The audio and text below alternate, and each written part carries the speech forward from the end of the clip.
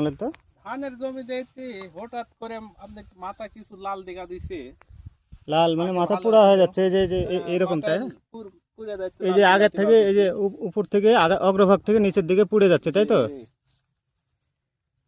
এটা এটা কি ব্যবহার করা যাবে? এটা এটা হয় কেন জানেন? এটা সচরাচর যে আপনি ঝড় বৃষ্টি হলো না কিছুদিন আগে, জি, জি। এরকম ঝড় বৃষ্টি হওয়ার পরে আপনার এইরকম রোগের আক্রমণ হয়। এটা হচ্ছে বিএলবি অর্থাৎ ব্যাকটেরিয়াল লিভ লাইট, অর্থাৎ ব্যাকটেরিয়ার আক্রমণে এরকম তাহলে এটা হয়, বুঝছেন? সমাধান এখন কি দিলে হবে? সমাধান হচ্ছে একটা মানে স্বল্প খরচের একটা সমাধান হচ্ছে আপনার ওই যে আছে না, জিঙ্ক আছে না, জি, মনোজিঙ্ক।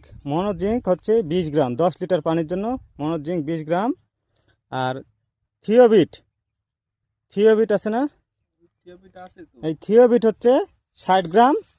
আর হচ্ছে পটাশ সার আছে না, জি। এই পটাশ সার 60 গ্রাম 10 লিটার পানিতে কিছুক্ষণ তাহলে ভিজায় রাখবেন। এক ঢুকে এই তিনটা ব্যবহার করে একবার দেওয়া লাগবে। হ্যাঁ, তাহলে 10 লিটার পানিতে আগে মিক্সার করে নেবেন।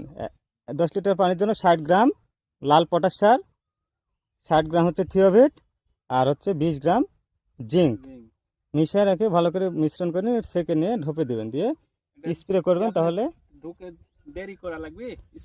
না, করা ওই একটু ভিজানো যতক্ষণ ওইটা না গলে ওই পর্যন্ত ইয়ে করে তারপরে আচ্ছা। স্প্রে করে দেবেন।